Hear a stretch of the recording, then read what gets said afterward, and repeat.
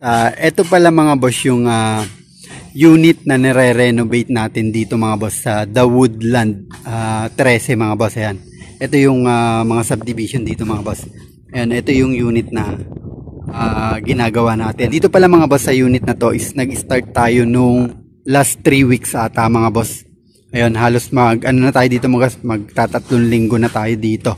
Kaso nga lang mga boss, netong mga nakaraang linggo kasi mga boss, ayun, halos isang linggo tayo ata mga boss na hindi nakagawa dito. Ayun, gawa ng yung masamang panahon natin mga boss. Ito pala mga boss, yung unit na to mga boss is meron din tayong kumbaga yung extension, lahat ng extension extend na natin.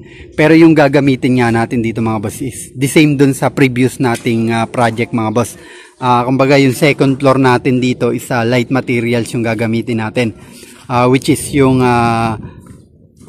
cement board yung gagamitin natin. Tapos yung base natin is channel bar. Ayan, sa mga nakakasubaybay yung sa previous na project natin, ayan, ganun yung gagawin natin sa second floor na ito mga boss. End unit pala to mga boss. Ito mga may parking area. Ayan, may parking area sa side na to. Tapos ito yung existing na unit. Ganito yung design na itong unit dito mga boss. Nagtayo pala tayo mga boss ng poste dito. Tapos yung dito sa area na to, ayan, nakapag-poste na rin tayo dito mga boss. Ayan, nabuhusan na natin kanina to. Inuna pala natin mga boss yung CHB dito bago tayo buhos ng poste. Ayan, itong dalawang poste na to mga boss, bagong buhos lang natin to. Pero yung dun sa likod mga boss, kahapon nabuhusan na natin yon ba. Ayan, ito yung part ng extension dito mga boss sa gilid. Ayan, hanggang dito mga boss sa may likod. Ayan, hanggang dun yan sa may likod. Ito nga pala mga boss, ayan, meron tayong harang dito. Ito yung magiging kitchen area natin mga boss, itong part na to. Dito sa side na to mga boss, ayan, kung itong existing na wall na to, tatanggalin pala natin yan mga boss. Kumbaga yan yung access natin papunta dito sa may kitchen area mga boss. Ayan, dito sa part na to mga boss, yan sa may gilid na itong bintana natin, magkakaroon din tayo ng CHB dyan. Tapos sliding window, sliding door dito sa part na to. Access naman yan mga boss dito sa may parking area. Ayan, dito sa part na to, ito yung parking area natin.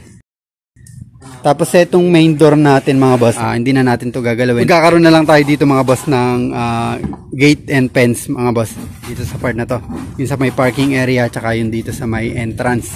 Yung second floor natin dito mga boss, magkakaroon tayo dito ng slab, yung magiging terrace natin dito sa may second floor mga boss, yung magiging terrace.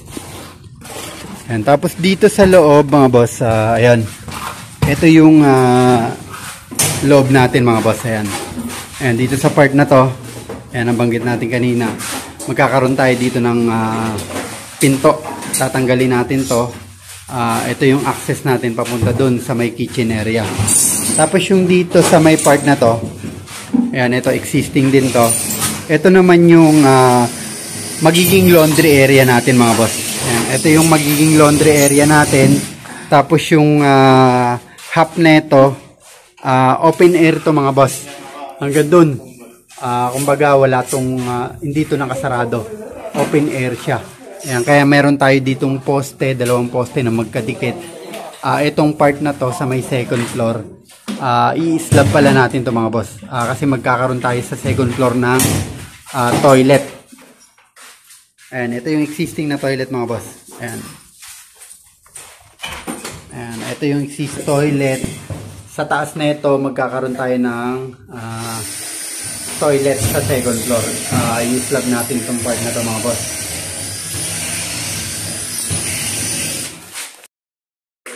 Ayan.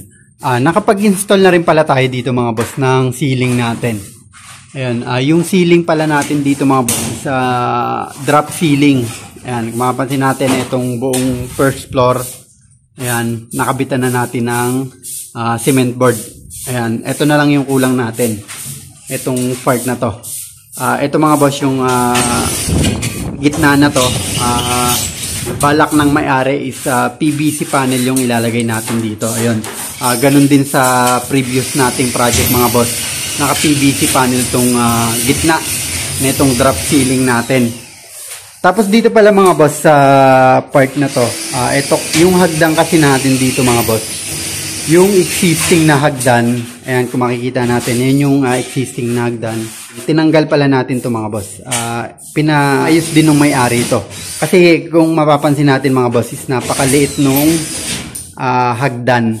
Tapos medyo mataas pa yung, kumbaga mataas yung hagdan niya. Ayan, kaya yung ginawa natin dito mga boss, tinanggal natin to. Naggawa tayo ng panibagong layout. Ito yung layout natin mga boss. Ayan, ito nasa standard na to mga boss. Bali yung taas na neto is 20 cm, tapos yung lapad niya is 25 cm.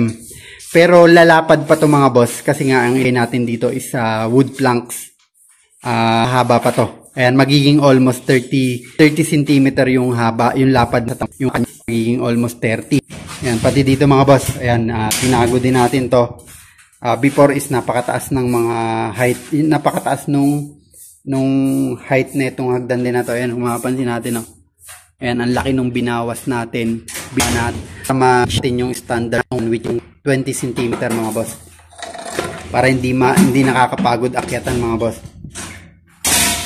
Ayan, in-adjust natin yung mga boss. Ayan, no? Naglagay tayo doon ng panibagong biga. Dito yung existing na biga, tinanggal natin. Naglagay tayo ng panibagong biga para dun sa pagkakapitan ng hagdan natin mga boss. Hindi nga pala tayo mga boss makakaakyat sa taas. Ayan. Pero nakapag-framing na rin pala tayo mga boss ng ceiling natin dun.